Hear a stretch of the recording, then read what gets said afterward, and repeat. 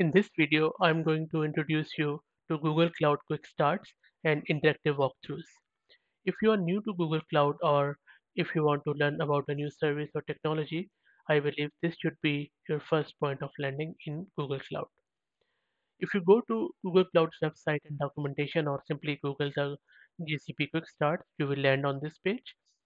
Once you are there, you will find numerous interactive walkthroughs and Google Cloud tutorials. You can filter them down on the left side as per your topic. For example, right now I have selected machine learning and artificial intelligence. If you unselect it, you'll be presented with all of them. But let's confine it to just machine learning. And then let's suppose if I'm just interested in AutoML image model and how to deploy it, click on learn more. That will take you to your GCP console if you're not signed up. Then you can simply create a new free account.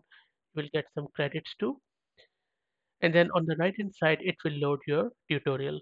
All you need to do is to just click on start and it will launch the tutorial in your GCP. And then it will also warn you about if you will be charged anything. So be wary of that.